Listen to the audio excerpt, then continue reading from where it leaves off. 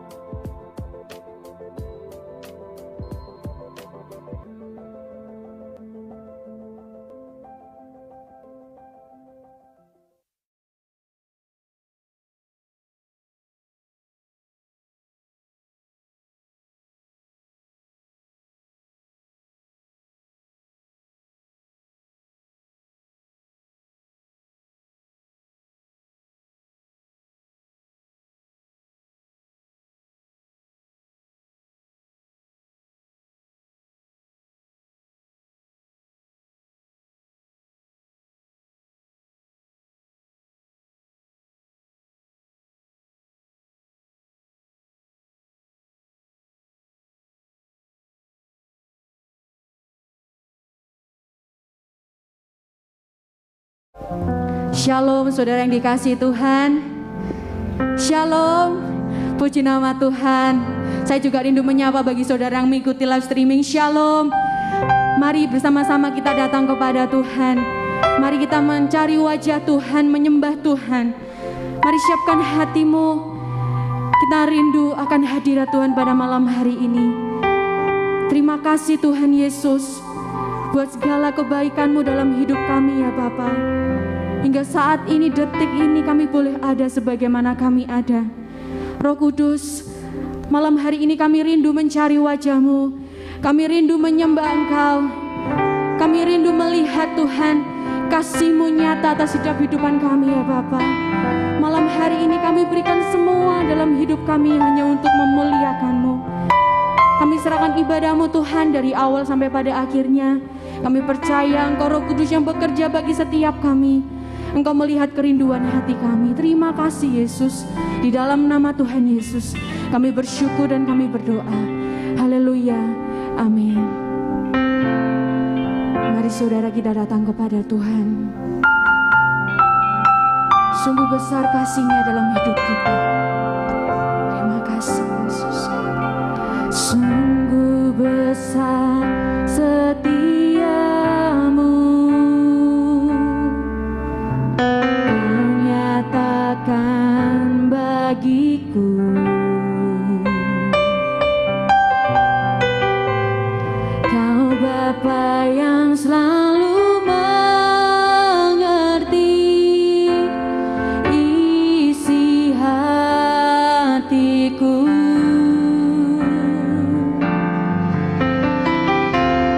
Kemuliaan-Mu Kau janjikan,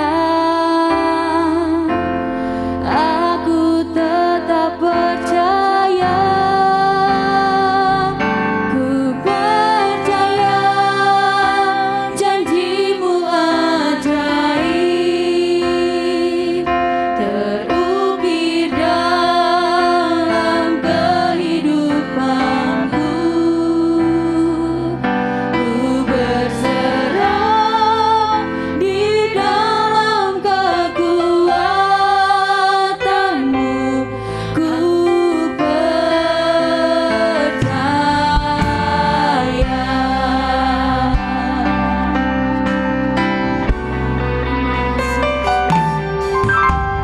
Sungguh besar setiamu, Kau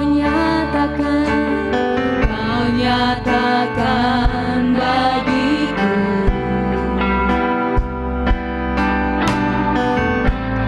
Kau Bapa yang selalu mengerti isi hatiku.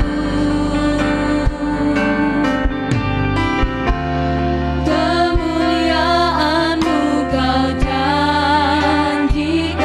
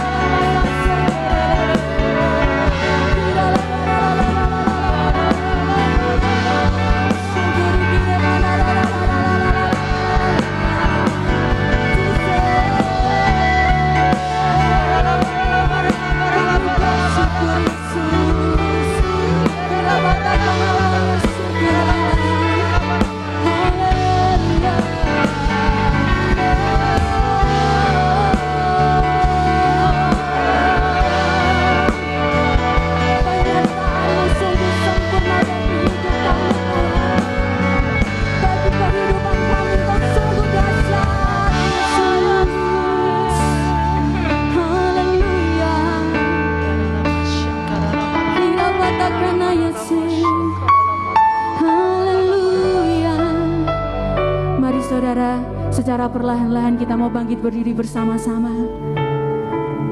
Kita mau menyatakan bahwa penyertaan Tuhan sungguh nyata atas hidup kita. Kita boleh aman sampai saat ini, itu karena penyertaan Tuhan yang begitu dahsyat. Haleluya Yesus, terima kasih. Syukur bagimu Yesus. Haleluya. Oh Yesus, Yesus. Terima kasih Tuhan. Penyertaan-Mu sempurna, rancangan-Mu penuh damai, aman dan sejahtera walau di tengah badai. Ingin ku selalu bersama, rasakan keindahan arti kehadiran-Mu Tuhan. Mari jemaat saja katakan, penyertaan-Mu sempurna, rancangan-Mu penuh. Inilah pengakuan setiap kami Tuhan. Aman dan sejahtera walau di tengah badai. Ingin ku selalu bersama, rasakan keindahan arti kehadiran-Mu Tuhan. Penyertaan-Mu sempurna, rancangan-Mu penuh damai, aman dan sejahtera walau di tengah badai. Ingin ku selalu bersama, rasakan keindahan arti kehadiran-Mu Tuhan. Penyertaan-Mu sempurna, rancangan-Mu penuh damai, aman dan sejahtera walau di tengah badai. Ingin ku selalu bersama, rasakan keindahan arti kehadiran-Mu Tuhan. Arti kehadiran-Mu Tuhan. Arti kehadiran-Mu Tuhan.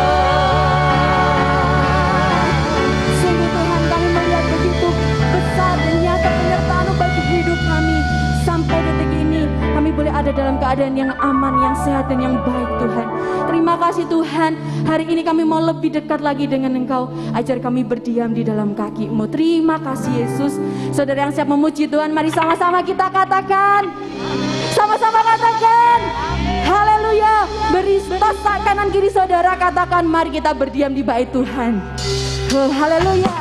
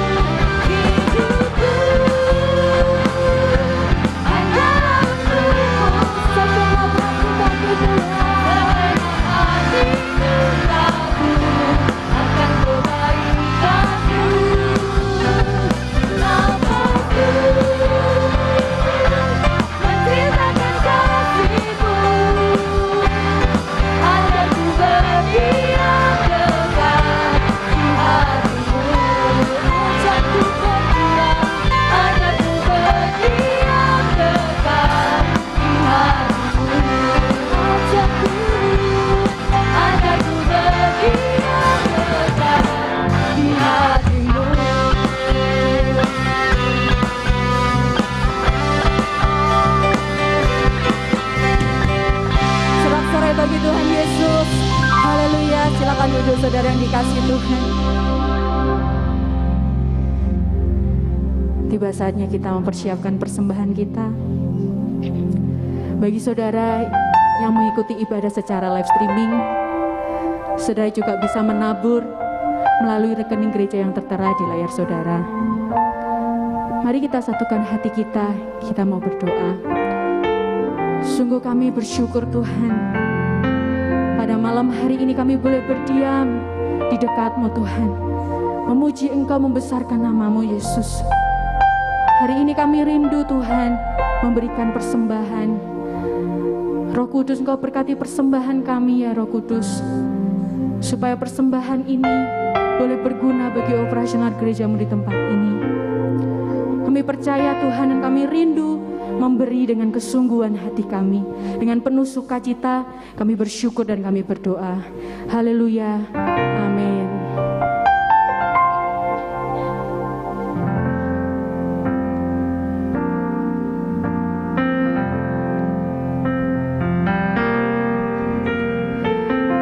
Tak terbatas kuasa-Mu Tuhan,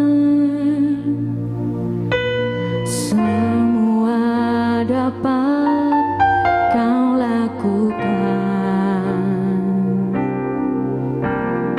Apa yang kelihatan mustahil bagiku, itu sangat mungkin bagimu. Tak terbatas kuasa-Mu Tuhan, semua dapat Kau lakukan. Apa yang kelihatan mustahil bagiku, itu sangat mungkin bagimu. Di saat ku tak berdaya, kuasa-Mu yang sempurna. Ketika ku percaya, mujizat itu nyata, bukan karena kekuatan, namun Roh-Mu ya Tuhan. Ketika ku berdoa, mujizat itu nyata.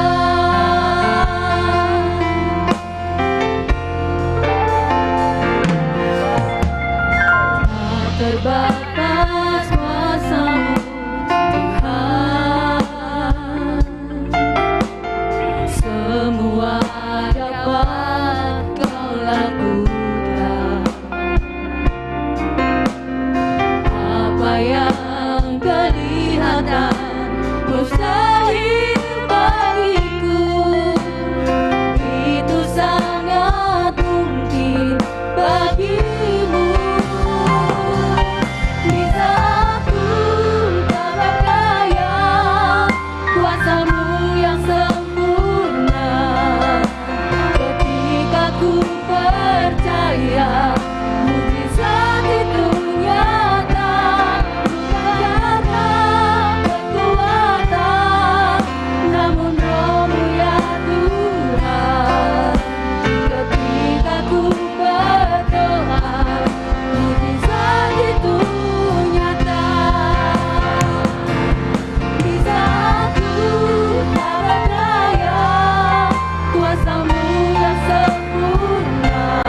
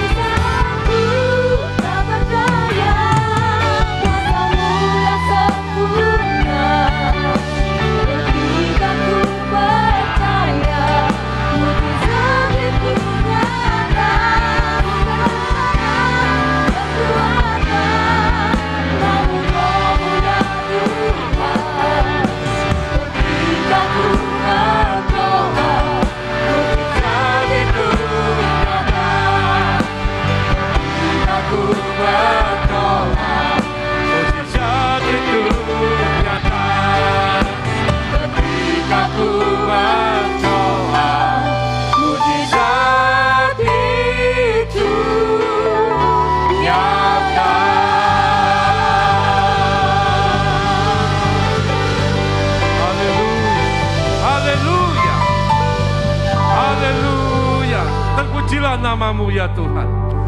Terpujilah Engkau Tuhan. Terima kasih Bapa, terima kasih Tuhan Yesus. Terima kasih Roh Kudus untuk malam ini. Pimpin kami dalam pertengahan ini sampai pada akhirnya. Pimpin kami semua umat-Mu di tempat ini. Kiranya firman-Mu ditaburkan, kami semua bagaikan mempunyai hati tanah yang subur untuk menerima benih taburan firman-Mu. Berkati dan urapi hamba-Mu yang tak layak ini. Kiranya hanya kehendak-Mu dan kerinduan-Mu saja yang tersampaikan. Di dalam nama Tuhan Yesus Kristus. Haleluya. Amin. Shalom. Shalom. Tadi saya dibisiki teman saya suruh perkenalan nama saja. Ya, nama saya Ivan Setiawan Moher. Saya orang Mojokerto, tapi saya ada toko di sini, di Jalan Pahlawan juga. Itu saja ya, karena tidak boleh banyak berbicara lebih lanjut, karena ini mimbar Tuhan, bukan mimbar promosi saudara ya. Nanti saya jualan akhirnya, karena orang marketing. Mari kita buka Lukas pasal yang 11.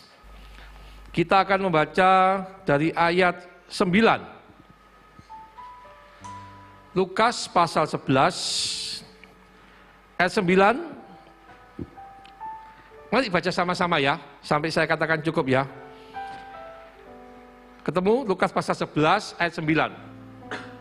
1, 2, 3. Oleh karena itu, aku berkata kepadamu, mintalah, maka akan diberikan kepadamu. Carilah, maka kamu akan mendapat. Ketoklah, maka pintu akan dibukakan bagimu. Karena setiap orang yang meminta, menerima. Dan setiap orang yang mencari, mendapat. Dan setiap orang yang mengetok, baginya pintu dibukakan. Bapa manakah di antara kamu, jika anaknya minta ikan daripadanya, akan memberikan ular kepada anaknya itu ganti ikan? Atau jika ia minta telur, akan memberikan kepadanya kalajengking? Jadi jika kamu yang jahat tahu memberi pemberian yang baik kepada anak-anakmu, apalagi Bapamu yang di surga, Ia akan memberikan Roh Kudus kepada mereka yang meminta kepadanya. Amin. Kita akan merenungkan dalam bacaan ayat ini adalah di mana Tuhan Yesus mengajar tentang berdoa. Dan Tuhan Yesus sendiri menyatakan, mintalah, maka engkau akan mendapat. Ketoklah, maka pintu akan dibukakan. Minta, cari Tuhan, minta kepada Tuhan. Ketok, pasti pintu dibukakan. Amin. Karena Tuhan kita Allah yang baik. Tuhan kita Allah yang baik. Karena itulah dengan tegas Yesus tidak mengatakan aneh-aneh. Di dalam segala hal, sebagai manusia, engkau mencari, engkau meminta, engkau mengetok, Tuhan akan membukakan pintu. Tuhan akan memberikan. Engkau akan mendapat. Karena Dia Allah yang hidup dan Dia Allah yang baik. Tetapi malam ini suatu ayat dari sekolah minggu yang mungkin juga kita hafalkan, saudara ya. Kalau yang sekolah minggu, kalau percaya Tuhan dari sejak dewasa mungkin juga pernah membaca ayat ini. Tetapi malam ini mari kita renungkan. Karena ayat ini, pernyataan ini, ya dan amin. Tetapi yang perlu kita renungkan adalah setelahnya. Karena ada kalimat, Bapa manakah di antara kamu jika anaknya minta ikan akan diberi ular? Kalau minta telur akan diberi kalajengking? Gak ono, gak ada. Bapa dunia saja gak mungkin seperti itu. Bahkan Bapa yang jahat pun di dunia ini tidak akan seperti itu kepada anaknya. Apalagi Bapa kita di surga. Amin. Nah, tetapi pemahaman ayat ini, malam ini mari kita renungkan. Kita harus mempunyai konsep pemikiran bahwa apa yang baik yang diberikan Allah kepada kita sebagai manusia, kepada kita anak-anaknya, apa yang baik dari Allah, itu yang menentukan kita atau Tuhan. Yang menentukan sesuatu ini baik atau tidak baik, itu yang menentukan Tuhan atau kita? Tuhan. Karena itulah kita kembali bahwa yang menentukan segalanya, yang dikatakan baik, bahwa ini telur, ini roti, ini bukan ular, ini bukan kalajengking. Yang menentukan itu Tuhan, bukan kita. Pertama, karena Allah itu Allah yang berkuasa dan Dia Allah yang berdaulat. Amin. Dia yang berhak menentukan apa itu yang baik dan apa yang tidak baik, bukan kita manusia. Kedua, karena kita manusia itu terbatas. Kita tidak maha tahu. Kita tidak tahu apa yang akan terjadi ke depan. Bahkan saya selangkah ke depan setelah pelayanan ini, saya mau apa yang terjadi dengan hidup saya juga nggak tahu. Semua karena kemurahan Tuhan. Semua karena kehendak Tuhan dalam hidup kita masing-masing. Kita tidak berkuasa menentukan. Karena itulah kita juga tidak berkuasa, kita tidak berotoritas untuk menentukan ini baik, ini tidak baik. Tidak. Karena segala sesuatu yang terjadi dalam kehidupan kita, itu pasti seizin Tuhan. Amin. Pasti seizin Tuhan. Apapun itu. Secara manusia kita pandang ini baik, ini tidak baik, itu kita bisa menilai secara manusia. Karena kita punya keinginan, kita punya harapan, kita punya kerinduan, kita punya rencana, harusnya begini, begitu. Aku inginnya begini, begitu. Tapi kok tidak terjadi? Kok tidak sembuh? Kok tidak Tuhan tolong dan sebagainya? Mungkin secara manusia kita bisa mengalami hal-hal seperti itu. Tetapi segala sesuatu yang terjadi, yang mungkin mengecewakan secara kita sebagai manusia, secara daging kita, apapun yang terjadi, itu atas seizin Tuhan. Amin. Itu dulu kebenarannya. Dan kalau itu seizin Tuhan, Tuhan mengizinkan itu terjadi, Tuhan punya rencana, Tuhan punya kehendak, Tuhan punya ketetapan, kita tidak bisa menghakimi Tuhan. Harusnya jangan begini Tuhan, harusnya nggak boleh begitu, harusnya begini loh. Kita yang ngatur Tuhan, kita seakan-akan ngerti, harusnya baiknya itu seperti ini. Harusnya bagusnya itu seperti ini. Bukan gini Tuhan, kalau gini enggak. Wah susah Tuhan. Waduh kalau begini, wah. Kita manusia secara daging, oke lah, kita bisa berpikir seperti itu. Tetapi dalam segala kebenaran, ketika kita berpikir tentang Tuhan, dan kita dalam berdoa, dalam melayani, dalam memuji, menyembah, pikiran kita, hati kita, keyakinan kita, haruslah kita percaya, Allah itu baik dan selama-lamanya Dia baik dan Dia tahu yang terbaik bagi kita umatnya. Kita tidak bisa menghakimi ini nggak baik Tuhan. Saya berikan contoh. Raja Daud itu seorang raja yang dijabat sebelum Yesus, kurang lebih 1100 tahun sebelum zaman Yesus. Kalau Tuhan Yesus hidup di dunia ini, hadir di dunia ini 2000 tahun yang lalu dari sekarang, kurang lebih. Raja Daud itu berarti kurang lebih 3000 tahun yang lalu dari sekarang. Sampai 3100 tahun yang lalu. Sangat kuno sekali saudara ya. Kerajaan Majapahit, kerajaan Borobudur itu masih Masehi saudara. Bahkan Majapahit belum 1000 tahun dari sekarang. Tetapi Daud ini 3000 tahun dari sekarang. Tapi seorang raja yang sangat terkenal, seorang worshiper, seorang yang bergaul karib dengan Tuhan, seorang pejuang Allah, dan dalam ayat Alkitab juga dinyatakan bahwa Daud itu adalah seorang yang berkenan di mata Tuhan. Tertulis dalam Kisah Para Rasul. Salah satu, ada 2 ayat yang pernah saya baca di Kisah Para Rasul dan di mana gitu ya, di Ibrani, Perjanjian Baru. Pada itu berbicara tentang Perjanjian Lama. Dan sampai hari ini bangsa Israel begitu bangga dengan benderanya, mereka tidak mengatakan ini bendera Salomo. Padahal Salomo secara ukuran dunia lebih sukses dari ayahnya. Di zaman Salomo itu damai sejahtera, gemah limpah loh jinawi, hidup berkecukupan, berkelimpahan, damai, tidak ada perang. Semua berkat melimpah di zaman Salomo. Tapi di zaman Salomo itulah puncak kejayaan secara manusia, tapi secara grafik kalau orang sekolah gitu ya, grafik itu naik sampai puncaknya Salomo, setelah itu Israel hancur, turun. Jadi puncaknya di Salomo. Tetapi yang menjadi kebanggaan Israel bukan Salomo, Daud, ayah Salomo. Luar biasa ya, Daud seorang yang berkenan. Tetapi kita pernah membaca kisahnya, dan Alkitab kita ini jujur, tidak tutup-tutupi, dan untuk membuktikan bahwa manusia sebaik apapun itu bisa salah, bisa kilaf. Orang yang penuh dengan Roh Kudus kadang-kadang tidak penuh. Yang kuat secara roh kadang-kadang bisa lemah. Dan saat Daud lemah secara roh, dia tidak dalam penuh Roh Kudus, dia berbuat dosa yang sangat keji. Dia berbuat kesalahan yang sangat-sangat jahat. Dia mengambil istri dari bawahannya, padahal bawahannya ini seorang jenderal yang setia kepada dia. Sampai wanita ini hamil dengan Daud. Siapa yang berani ngambilin istrinya jenderal kalau bukan atasnya jenderal? Kan begitu saudara ya. Dan Daud ini terjatuh dalam dosa yang sangat besar itu.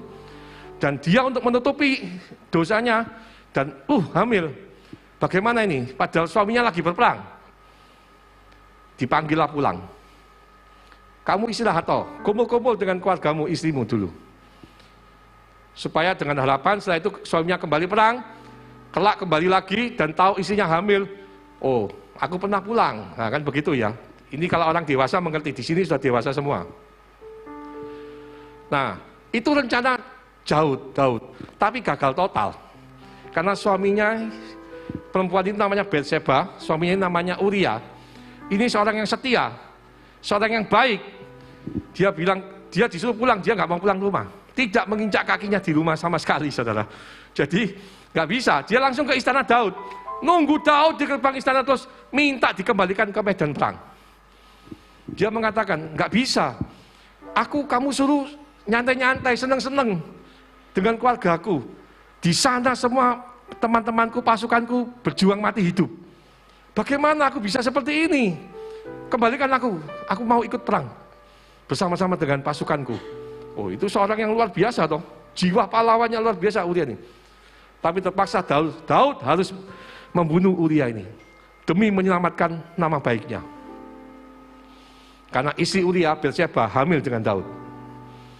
Dan Uria dikirim ke medan perang dan perhatilah, ditaruh di barisan paling depan, di posisi musuh yang paling kuat dan pertempuran yang paling sengit. Dan Uria terbunuh di situ. Itu juga bukan mungkin, semua terjadi itu juga atas izin Tuhan. Batseba dinikahin Daud. Lahirlah anak itu, anak hasil perzinahan itu. Tuhan tegur Daud melalui Nabi Nathan, nabi yang kecil. Daud bukan seorang yang luar biasanya Daud, dia bukan seorang yang sombong, dia sudah jadi raja yang paling berkuasa. Ditegur nabi kecil. Dia mau tutup mulut, ya sudah, bunuh saja sudah. Tapi dia tidak lakukan. Ketika ditegur Nabi Nathan, Daud mau berlutut meminta ampun, mengakui dosanya. Itu yang membuat Allah mengatakan, aku berkenan kepada Daud. Di puncak kejayaan, orang itu kadang-kadang bisa rendah hati ketika dia tahu yang dihadapi ini lebih kuat dari dia, lebih tinggi daripada dia. Pastilah kita rendah hati. Tapi ketika kita menghadapi seseorang, ini dalam arti sesuatu yang konfrontasi gitu ya, kita tahu kita lebih kuat, kita lebih mampu, kita lebih punya uang, kita lebih punya kekuasaan, kita lebih punya jaringan, kita lebih punya apapun, dan di atas kertas menang kita dengan mudah. Kita mungkin sombong, kita nggak bisa rendah hati. Itulah manusia. Tetapi Daud, harusnya dia bisa dengan sekejap cabut pedangnya bunuh Nabi Nathan ini, gak usah rame-rame, sudah kubur. Suruh prajuritnya, sudah bisa terjadi. Nggak ada hukum, karena yang melakukan seorang raja. Sistem kerajaan, paling berkuasa itu raja. Benar atau salah itu tergantung raja. Kan begitu saudara ya. Tapi Daud tidak melakukan. Daud dengan rendah hati meminta ampun. Dia tahu kesalahannya, dia minta ampun. Ketika ditegur oleh nabi dari desa yang kecil, Nabi Nathan, dia merendahkan dirinya. Dan ketika anak itu terlahir, nubuatan Nabi Nathan terjadi. Anak itu akan sakit dan mati. Itu anak lahir, sakit, Daud tahu. Wah, ini sudah. Apa yang dilakukan Daud? Dia berdoa, berpuasa. Sampai seluruh istana berpikir, Daud berdoa, berpuasa supaya anak dari Batseba ini supaya tidak mati. Supaya Tuhan tolong, supaya Tuhan sembuhkan. Dia sampai semua orang di seluruh istana ngomong, Raja Daud ini seperti orang nggak punya semangat hidup lagi. Tiap hari nangis saja mungkin, berdoa, pokoknya suruh makan nggak mau. Dalam debu dia, terus menunjukkan bahwa dia sungguh-sungguh minta ampun pada Tuhan, minta belas kasih Tuhan. Mengakui dosanya, minta ampun tuh, sudah. Itu suatu tindakan yang benar, mengakui kesalahannya, bertobat, minta belas kasihan Tuhan. Dan dia seorang yang bergaul karib dengan Tuhan. Dia terus memohon dalam puasanya. Dia nggak mau makan, nggak mau apa, disuruh makan nggak mau. Sampai semua nanti kalau nggak makan, ini bisa mati, ini bisa sakit ini, Raja Daud. Dia betul-betul seperti orang tidak punya semangat hidup. Seluruh istana sampai berpikir seperti itu kalau Anda baca kisahnya nanti. Saya tidak siapkan ayat itu ya, karena akan terlalu panjang. Tapi inti ceritanya, akhirnya anak yang didoakan supaya tidak mati itu, dengan segala daya upaya, dengan berlutut merendahkan diri di hadapan Tuhan, tetap mati. Karena itu memang Tuhan sudah kehendaki. Bagi pemikiran Daud, aku minta anak ini sembuh, itu roti, itu ular. Itu roti, itu telur. Kan begitu ya. Tapi ketika anak itu mati, bagi orang yang tidak beriman seperti Daud, wah Tuhan ini percuma. Ya apa Tuhan ini? Aku sudah seperti ini loh. Tetap Tuhan nggak tolong. Terbukti anak itu mati. Padahal ini permohonan dari seorang Daud yang sangat dekat dengan Tuhan, yang penuh dengan mujizat Tuhan, penuh dengan urapan Tuhan. Dan dia sudah merendahkan diri, memohon ampun. Tapi Tuhan kalau sudah berketetapan anak itu mati, ya sudah mati. Boleh memohon, boleh meminta, dan Tuhan menjawab, tetap mati. Yang luar biasa, Daud bisa menerima jawaban Tuhan itu, ketetapan Tuhan itu, tetap mati. Secara manusia, sedihnya setengah mati, kecewanya setengah mati, boleh secara manusia.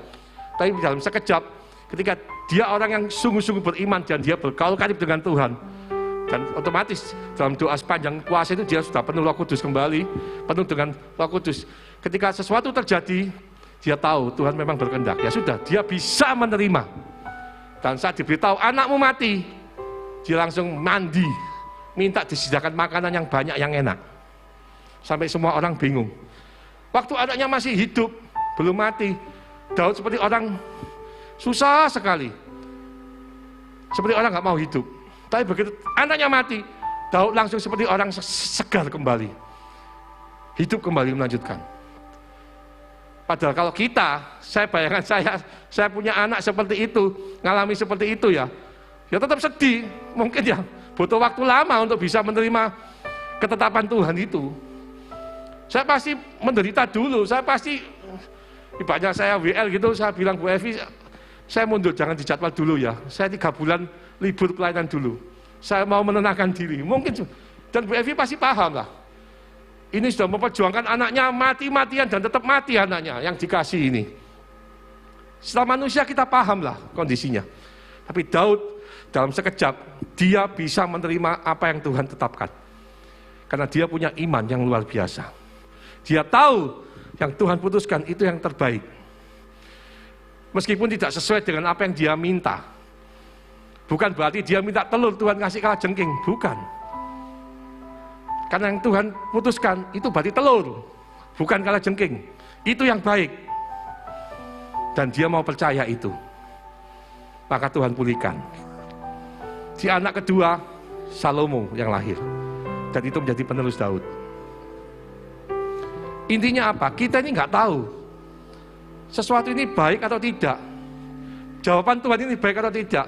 Atau sesuatu yang terjadi itu atas izin Tuhan, itu baik atau tidak. Ketika tidak cocok dengan keinginan kita, dengan angan-angan kita, dengan apa yang kita mau, ketika nggak cocok, kita belajar dari ayat ini, jangan kita menganggap ini kalajengking, jangan menganggap ini ular, karena nggak cocok, karena kita nggak setuju, kita nggak ingin itu. Yang kita inginkan yang lain, yang seperti ini, bukan yang ini Tuhan. Tapi mengapa terjadi yang ini? Terus kita jadi kecewa dengan Tuhan. Mari belajar. Kita mengembalikan kedaulatan bahwa yang menentukan sesuatu baik atau tidak baik itu Tuhan, bukan kita. Tidak mudah memang. Tetapi malam ini mari kita belajar dari ayat ini. Bahwa segala sesuatu yang menentukan ini telur, ini roti, ini bukan ulat, ini bukan kalajengking. Itu Tuhan, bukan kita. Mungkin kita bisa seakan-akan merasa ini kalajengking, ini ulat. Tapi ketika kita masuk ke dalam hadirat Tuhan, masuk dalam pemikiran penyerahan yang total kepada Tuhan, iman yang total kepada Tuhan, mungkin kita akan bisa dimampukan seperti Daud. Dalam segala sesuatu, Tuhan tetap baik. Karena itu, terus, jangan mundur. Jangan jatuh, terus maju. Karena Tuhan punya rencana yang kita tidak mengerti. Kita tidak tahu apa yang terjadi di masa depan. Saya tadi sore ngeliat internet, ada foto Cristiano Ronaldo dengan Maltunis kalau nggak salah ya. Bocah Aceh yang kena tsunami, yang dibawa Ronaldo jadi anak angkatnya, jadi orang Spanyol sekarang ya. Pokoknya tsunami itu sesuatu yang kalajengking atau telur? Kalajengking. Bagi kita semua manusia. Bagi Maltunis juga, keluarganya mati, iya toh? Kalajengking itu sesuatu yang tidak menyenangkan. Tapi di balik itu, dia akhirnya bisa diangkat anak oleh Ronaldo, sampai hari ini dia besar di sana.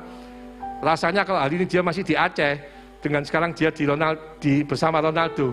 Rasanya kok jauh lebih enak dia bersama Ronaldo, saudara.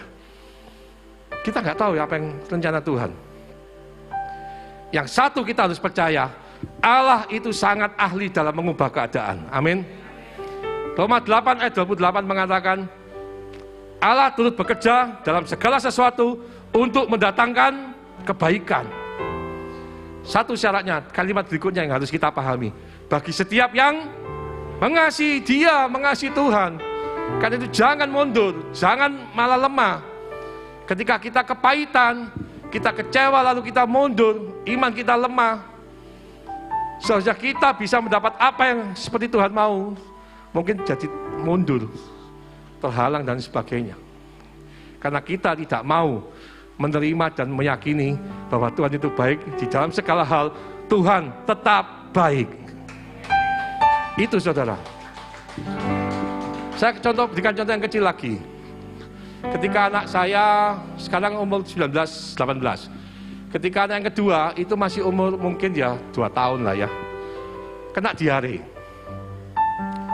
Sebelum anak saya kena diare itu, seminggu sebelumnya saya mendoakan seorang, ya istilahnya bukan, saya nggak kenal, tapi ada teman gereja yang punya saudara, terus punya anak di luar iman kita, masih saudara sepupu kita, karena ketidakmampuan secara ekonomi, dan zaman itu mungkin masih tahun 2000-an ya, BPJS belum meluas seperti sekarang ini. Ada sih di setiap pemerintahan daerah ada Jamkesnas namanya ya. Orang kalau tidak mampu, itu dari surat RT apa bisa di rumah sakitnya dibayarin pemerintah. Tapi kan harus proses dulu. Tidak seperti sekarang pakai BPJS tertangani. Nah, dia telat. Ya mungkin karena kemampuan ekonomi. Yang laki harus bekerja terus, yang perempuan masih muda sekali, mungkin menikah muda, kebobolan atau bagaimana, masih sangat usia muda, mungkin seperti anak SMA gitu ya. Nggak ngerti, anaknya ini diare, bayinya ini, bayi masih belum setahun, masih mungkin 6 bulan, 8 bulan begitu ya, belum setahun pokoknya. Diare, karena nggak paham ya, mungkin kurang diobati atau bagaimana, tanda kutip, setengah tidak diperhatikan pengobatannya, sehingga sampai diare itu sampai 4 hari. Akhirnya karena sangat parah, anaknya hampir nggak sadar, masuk ke rumah sakit, saya datang itu hari ke-5. Anaknya sudah nggak sadar, sudah infus, sudah nggak sadar, kasih oksigen. Bayi umur belum setahun. Ya saya berdoa, Setelah berdoa, semua jelas kita berdoa untuk kesembuhan anak ini. Permintaan saya jelas, Tuhan tolong, Tuhan sembuhkan. Dengan iman, dengan keyakinan, kita meminta sesuatu yang baik. Saya keluar, belum ada 1 jam diberitahu anaknya meninggal, saudara. Saya beberapa kali seperti itu, sampai akhirnya saya guyonan kalau orang yang sakit-sakit parah, jangan saya yang doa. Nanti biasanya setelah doa itu biasanya terus berangkat, saudara saya. Guyonannya seperti itu. Jadi kalau dengan teman, orangnya sakit enteng-enteng, saya yang doa saja. Tapi kalau sakit sudah parah-parah, jantung saya juga pernah, bapak-bapak gitu, saya doa, besoknya meninggal, saudara. Guyon, gitu. Tapi memang benar terjadi, kebetulan saya. Nah, ketika anak saya kena diare, 1 minggu, 2 minggu kemudian, saya jadi khawatir. Karena saya barusan mendoakan seorang bayi, anak saya 2 tahun. Dari awal sehari sudah kita obatin, tapi belum sembuh ya. Mungkin karena enggak, saya bawa ke dokter dulu 2 hari. Hari ketiga, saya bawa ke dokter di Surabaya, langsung suruh ngamar rumah sakit. Katanya, ini kamu telat besok, bahaya. Ini matanya sudah cekung. Besok ginjalnya sudah mulai kena, kering nanti. Oh iya, langsung masuk, langsung sudah nggak pikir panjang, sudah pokoknya masuk gitu. Masuk rumah sakit, proses apapun. Nah, anak saya ini 2 laki-laki ini, anak kedua yang sakit masih 2 tahun ini, nggak pernah diinfus, nggak pernah apa. Ketika diinfus, waduh, saya ngelihat itu saya malah ikut nangis maunya, saudara. Saya nggak tega, mau saya hentikan itu bagaimana, nggak dihentikan ya ini harus terjadi. Saya keluar, saudara. Di dalam sisa-sisa kesombongan saya, Tuhan, kenapa harus seperti ini? Saya loh aktif melayani, saya loh berkorban banyak ini itu, saya pokoknya setia beribadah dan sebagainya. Saya setengah protes ke Tuhan. Mengapa anak saya harus mengalami seperti ini?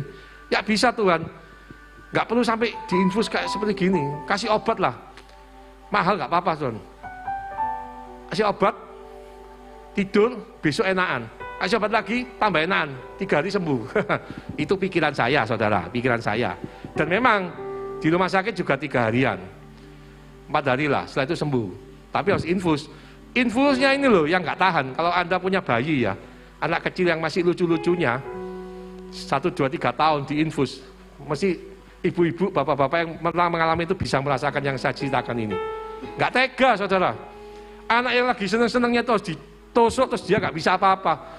Waktu prosesnya itu, waduh, dalam kesombongan saya bisa, kalau saya seorang yang bebal, orang yang bodoh, terus merasa ada tabungan, punya uang sedikit gitu, wes gak usah ngini-nginian, metuai, golek dokter mana, golek rumah sakit, enggak di sana seperti itu, gengsi nggak mau, cari lagi, ya akhirnya bisa ceritanya lain, saudara, dalam kebodohan saya.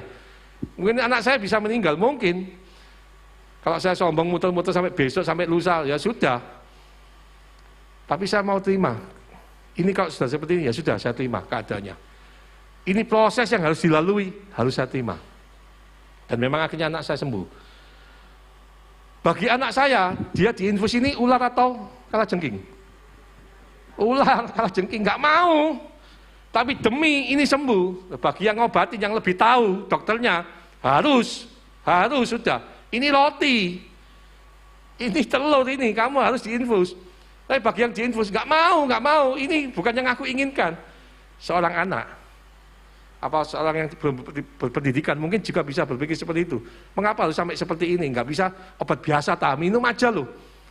Gak usah yang aneh-aneh begini. Nah, mungkin dalam pemikiran yang kurang terdidik, karena mungkin sebagai orang tua yang belum terdidik bisa berpikir seperti itu. Karena yang punya keinginan seperti ini, mengapa seperti ini? Intinya, dokter lebih tahu. Saya bukan dokter, makanya saya tidak lebih tahu. Yang bisa dilakukan cuma nurut, saudara, betul? Demikian juga Tuhan. Ketika dalam segala keterbatasan kita, terasa mentok, Tuhan izinkan terjadi ini itu. Yang bisa kita lakukan seperti Daud, nurut. Berusaha, terus meminta. Tapi saat Tuhan berketetapan sesuatu yang tidak sesuai dengan permintaan kita, nurut, percaya bahwa Tuhan tetap baik, dan percaya segala sesuatu itu terjadi karena memang Tuhan izinkan. Karena tidak mungkin apapun sehelai rambut kita terjatuh kalau Tuhan tidak izinkan. Amin. Itu Alkitab menyatakan. Jadi kembali ke iman, bahwa segala sesuatu itu atas seizin Tuhan. Kalau terjadi bahwa Tuhan mengizinkan, itu bagi kita ular atau kalajengking, tetap kita harus mengarah percaya bahwa itu roti, itu telur, bukan ular kalajengking. Tuhan pasti punya rencana. Beberapa teman saya harus mengalami kebangkrutan karena pergaulan yang buruk sekali. Ketika dia di masa kejayaan, dia tidak menjadi berkat atau malah mengasihi Tuhan, tapi makin jauh dan malah hidup seenaknya. Ya, seorang yang laki-laki yang punya uang banyak, lalu hidup seenaknya, Anda bisa bayangkan sendiri maksudnya apa. Dan ketika mengalami kehancuran, dia pun nggak terima, karena dulu dasarnya juga anak Tuhan, melayani Tuhan. Tapi ketika di puncak kejayaan, dia lupa. Tapi ketika hancur, dia mau, pertama nggak terima, tapi lama-lama bisa menerima ketetapan Tuhan itu. Dan dia kembali Tuhan. Dan dia mau sungguh-sungguh kepada Tuhan. Perlahan-lahan, hari ini, itu kejadian mungkin ya 12 tahun yang lalu, 14 tahun yang lalu lah, dalam kehancurannya. Teman saya sekarang umur 50 ya, itu dia di usia-usia 38, 35 gitu, 40 gitu, hancur. Tapi hari ini Tuhan mulai berkati lagi. Dan ada damai sejahtera dengan anak istrinya. Mungkin kalau dia tidak melewati itu, hari ini dia terhilang. Terhilang, dia ngomong, kalau Tuhan tidak izinkan terjadi, aku melewati ini, hari ini mungkin kita nggak ketemu. Aku sudah punya keluarga lain, katanya dia gitu. Bahkan keyakinan lain. Tapi Tuhan izinkan dan dia tersadar dan mau dididik Tuhan lagi, mau didisiplin Tuhan lagi. Ya bagi sila daging ini ular Tuhan, aku minta tulungan Tuhan, tulungan yang beres Tuhan. Kalau nggak beres tambah hancur dan harus melewati masa susah. Dia harus merintis dari bawah lagi pekerjaannya. Masa susah, dia sempat down-down juga, tapi karena dia tahu bahwa dia salah dan dia mau kembali pada Tuhan dan dia mau sungguh-sungguh dan Roh Kudus memberikan kemampuan. Amin. Dan dia bisa menjalani itu dan akhirnya hari ini pemulihan Tuhan mulai terlihat. Tapi yang luar biasa, dia, istri dan anak-anaknya semua mengasihi Tuhan akhirnya. Kalau enggak, mungkin hancur. Mungkin anaknya juga hancur. Karena melihat papanya seperti itu, akhirnya anaknya juga gak karuan semua akhirnya. Banyak hal yang kita tidak bisa pahami. Tetapi yang harus kita percaya, Allah itu baik. Apapun yang terjadi, itu karena Tuhan sudah mengizinkan. Enak gak enak, bagi kita itu mungkin kalajengking. Tapi ketika Tuhan izinkan terjadi, kita harus percaya seperti Daud. Kembali, aku nurut Tuhan. Amin. Aku nurut Tuhan. Aku mau jalani keadaan ini apapun enak-enak. Tuhan pasti punya maksud yang baik.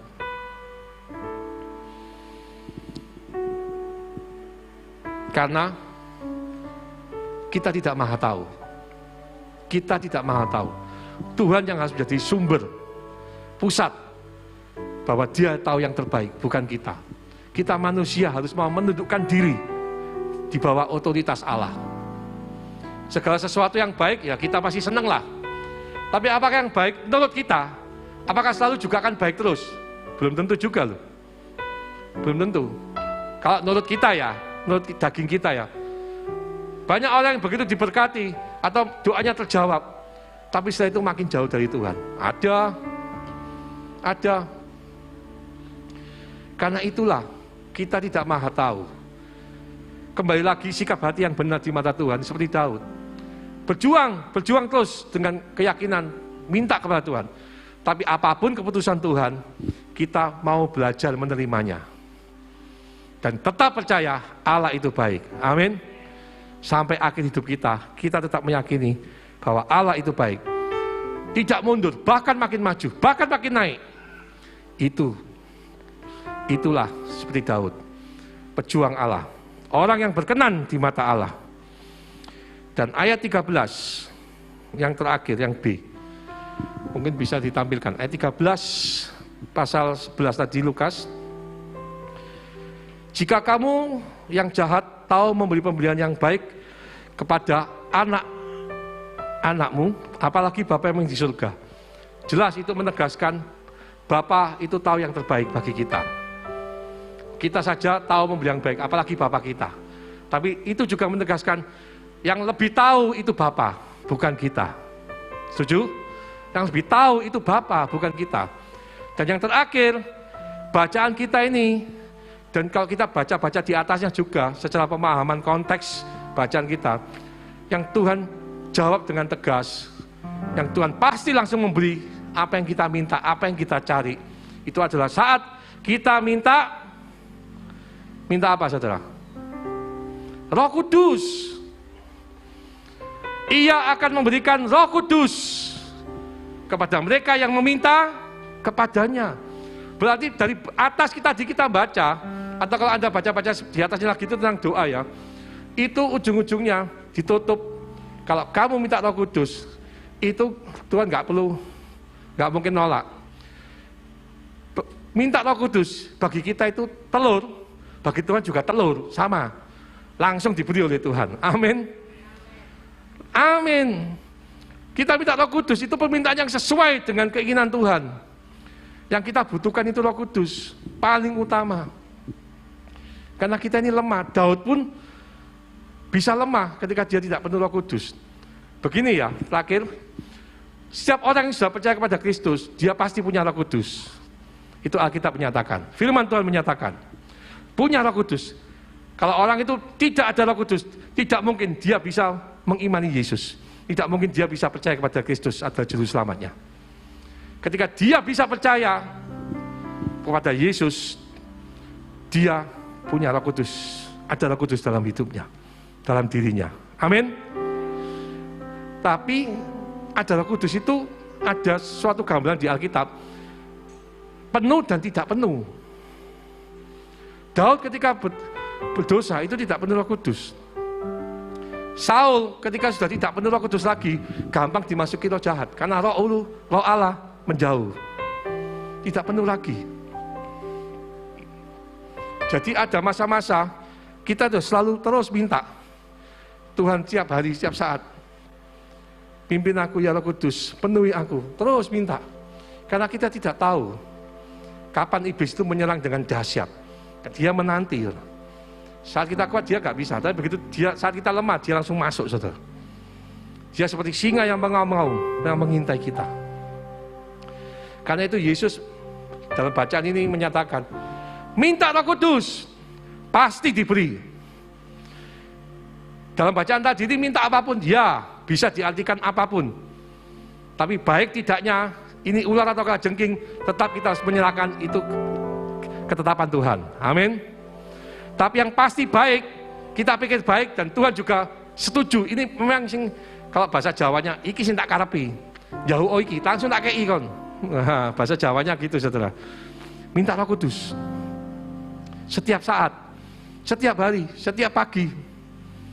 Kadang-kadang kita kalau sudah sering berdoa, lupa minta selalu dipenuhi Roh Kudus. Karena Roh Kudus ini harus selalu penuh. Kalau Roh Kudus sudah ada dalam diri kita, setiap orang percaya, amin. Tapi penuh tidaknya itu kita harus minta. Harus minta. Ini Yesus mengajarkan minta, maka akan diberi. Terus minta.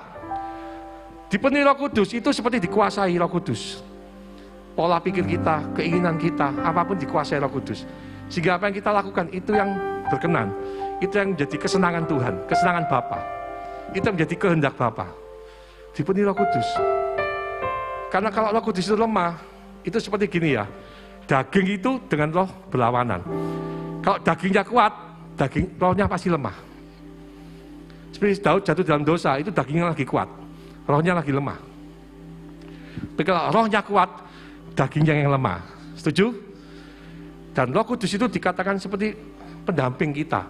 Kalau saya sedikit memberikan gambaran, ini bukan gambaran yang pasti benar, tapi hanya untuk membantu kita mengerti.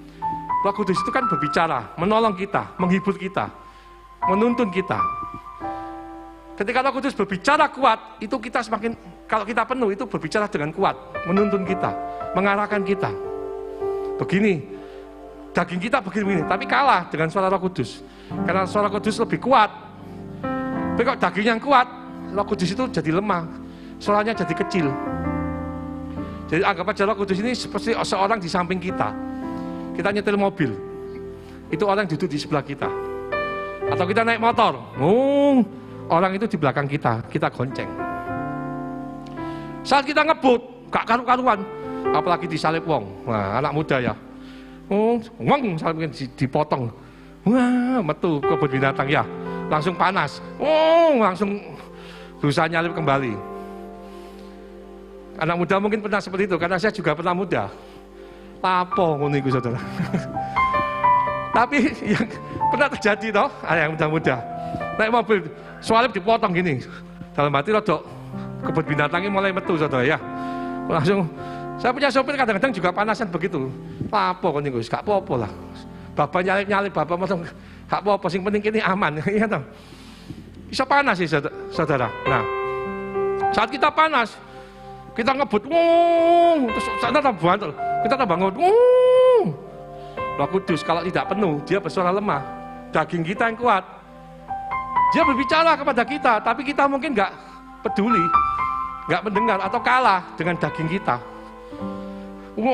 Awas kon, si Roh Kudus ngomong, sudah, nggak usah gitulah, santai aja, sudah pelan-pelan aja. Nggak ngereken, karena dagingnya kuat, terus. Itu bagian orang yang kalau kita gonceng, ojo banter, nggak peduli, terus gitu saudara. Itu orang kalau Roh Kudusnya tidak penuh, tidak terkuasai, dagingnya yang menguasai. Daging menguat, roh melemah. Tapi kalau rohnya yang kuat, daging yang melemah. Itu orang sebelah kita kan gambarannya Roh Kudus. Dia bersuara begitu kuat. Hei, pelan. Ojo banter. Iya. Sorry. Mengapa? Karena berbicara begitu kuat, sehingga bisa mengendalikan kita. Tapi kalau lemah, daging kita yang menang, gampang, gak ngurus. Firman Tuhan kok masuk, Roh Kudus masuk ngomong gini, gak ngurus, dagingnya yang menang soalnya. Karena kita tidak penuh Roh Kudus. Tapi saat Roh Kudus menguasai kita mau nekat, coba banter, langsung kepuk salah. Coba banter, ceples salah. Iya. Itu karena Roh Kudusnya kuat. Mari kita terus minta supaya Roh Kudus begitu kuat seperti itu dalam kehidupan kita sehari-hari, sehingga kita boleh terus berjalan dalam kehendak Tuhan, dalam kebenaran Tuhan. Amin. Mari WL single kita tutup. Pertama, kita belajar segala sesuatu kita harus minta, mengusahakannya. Dan kita percaya Allah itu baik. Pasti Dia memberikan jawaban, pasti Dia membuka pintu. Karena Allah tidak pernah menolak kita. Hal kedua, di dalam segala jawaban Tuhan itu, apapun yang Tuhan jawab, ataupun yang harus proses kita lalui, tetap berpikir positif. Bahwa Allah itu baik. Amin. Ketika prosesnya tidak sesuai dengan apa yang kita ingini, tidak sesuai dengan apa yang seharusnya begini begitu, menurut daging kita, menurut pemikiran manusia kita. Di atas itu kita harus belajar menundukkan diri pada otoritas Allah. Amin. Seperti Daud yang bisa menerima ketetapan Tuhan.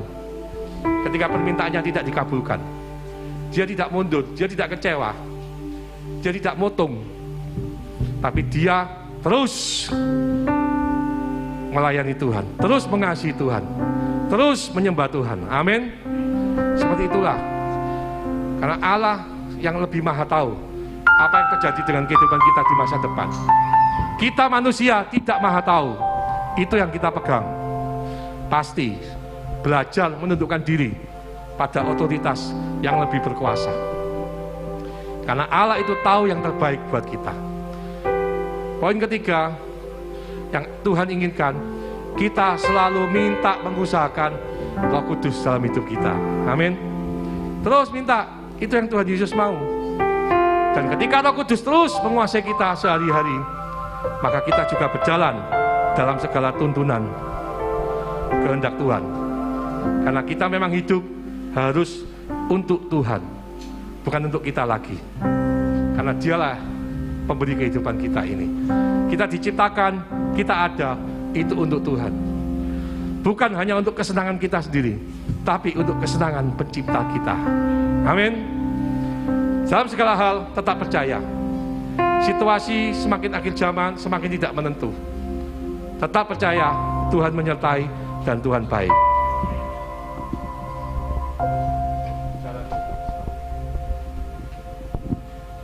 Ya, C atau D.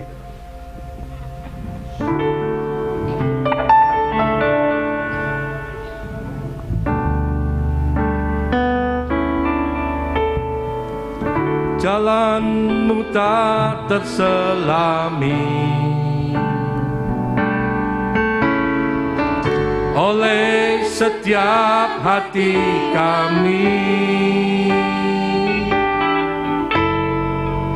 namun satu hal ku percaya, ada rencana yang indah. Tiada terduga kasih-Mu, heran dan besar bagiku, arti kehadiran-Mu selalu nyata di dalam hidupku. Terima kasih Tuhan.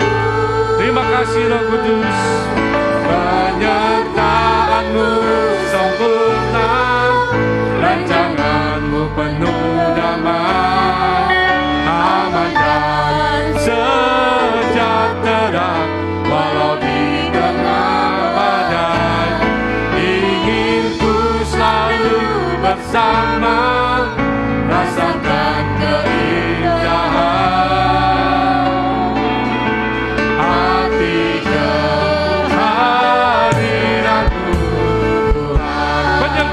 sempurna, penyertaan-Mu sempurna. Terima kasih Tuhan. Terima kasih Tuhan Yesus. Terima kasih Roh Kudus. Kami percaya Kau menyertai kami, Kau menuntun kami. Terima kasih, terima kasih. Ajar kami mempunyai iman yang kuat, teguh di dalam-Mu.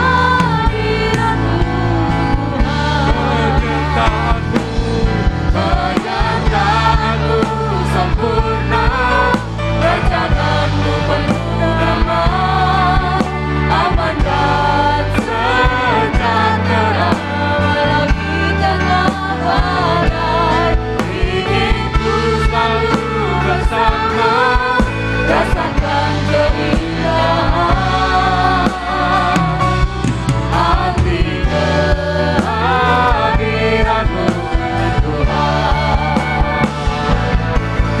Mari kita bangkit berdiri di dalam hadirat-Nya. Kita jadikan lagu ini doa kita, pernyataan iman kita. Aku percaya Tuhan, aku percaya Engkau Allah yang baik, Engkau Allah yang berkuasa, Engkau Allah yang ajaib, dan Engkau yang berdaulat atas hidup kami. Beri kami kekuatan untuk melakukan, untuk menjalani apa yang Engkau mau Tuhan. Berikan kami kekuatan, kemauan. Ya Roh Kudus, penuhi kami, penuhi kami. Ampuni kami, ampuni kami Tuhan. Kalau kami sering bersalah, ajar kami tunduk kepada-Mu ya Roh Kudus. Percaya, percaya kepada-Mu. Haleluya. Hati kehadiran-Mu Tuhan. Hati kehadiran-Mu Tuhan.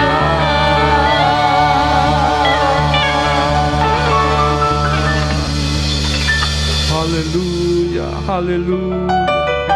Haleluya. Haleluya. Terima kasih Tuhan. Terima kasih Tuhan. Terima kasih Roh Kudus. Terima kasih. Terima kasih. Apapun keadaan kami saat ini, semua hanya karena kemurahan-Mu di dalam hidup kami. Semua karena kasih karunia-Mu. Terima kasih Tuhan. Dan apapun yang sedang harus kami jalani saat ini, hari-hari ini, mari Roh Kudus, Engkau yang memberikan kami kekuatan, kemampuan untuk kami terus berjalan di dalam segala kehendak-Mu, tuntunan-Mu, dan kami akan menang bersama-Mu Tuhan. Karena kami tahu Engkau Allah yang baik, Engkau Allah yang tak pernah meninggalkan kami, Engkau Allah yang mengerti segala apa yang kami butuhkan, Engkau Allah yang menghapus air mata kami. Roh Kudus yang memberikan kekuatan dan kemampuan untuk kami berjalan, tidak menjadi lesu, untuk kami terus berlari, bergerak, memuliakan nama-Mu, melayani-Mu ya Tuhan. Penuhi kami semua ya Kudus, penuhi kami. Terima kasih, terima kasih. Di dalam nama Tuhan Yesus, di dalam nama Tuhan Yesus Kristus. Haleluya. Amin.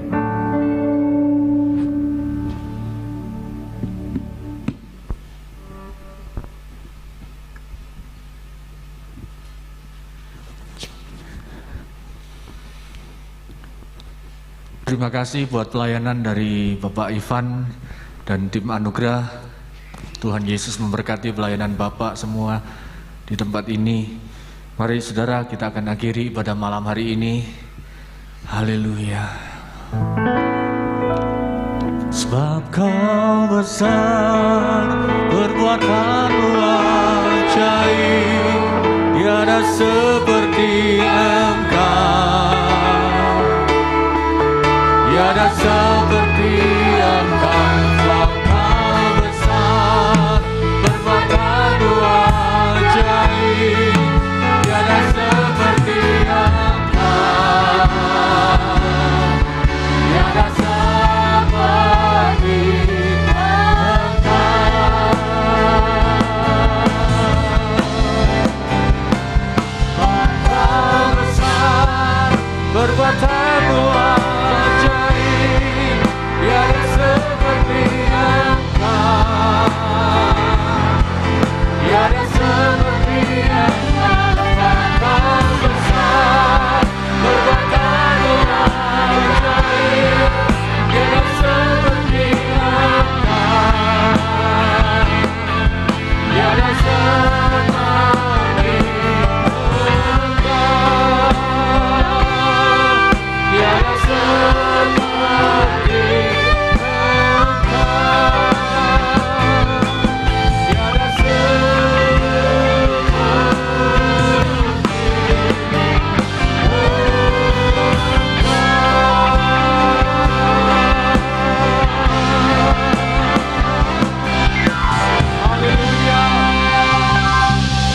kemuliaan, kehormatan hanya bagi-Mu Tuhan.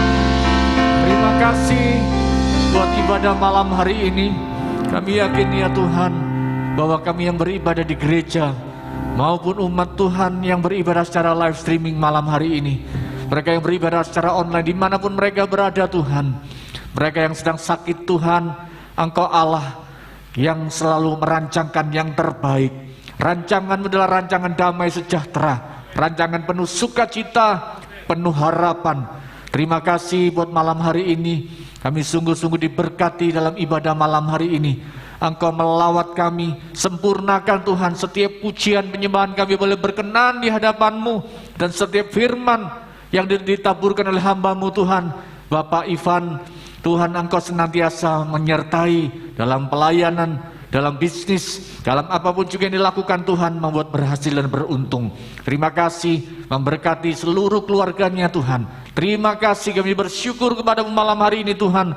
Biar kiranya Tuhan Engkau memberkati juga setiap persembahan yang telah ditabur oleh anak-anak-Mu Tuhan. Biar semuanya Tuhan, Engkau yang melihat dan mengasihi kami lebih lagi. Terima kasih, kami mengucap syukur kepadamu Tuhan. Dan Tuhan menyempurnakan ibadah kami malam hari ini. Dan izinkan hamba-Mu memohon berkat bagi jemaat-Mu yang beribadah Tuhan. Dan saat ini Tuhan, kami mengangkat kedua tangan kami, tanda kami menyerahkan hidup kami ke dalam tangan kuasa-Mu. Bukankah pertolongan kami dari Bapa yang Maha Kuasa, cinta kasih dari Tuhan Yesus Kristus, dan persekutuan Roh Kudus yang menyertai kami malam hari ini. Sampai Maranatha Tuhan datang kedua kalinya, bahkan sampai selama-lamanya. Mari yang percaya, terima berkat Tuhan bersama-sama kita katakan, amin, amin, amin, amin. Selamat malam semuanya, Tuhan memberkati.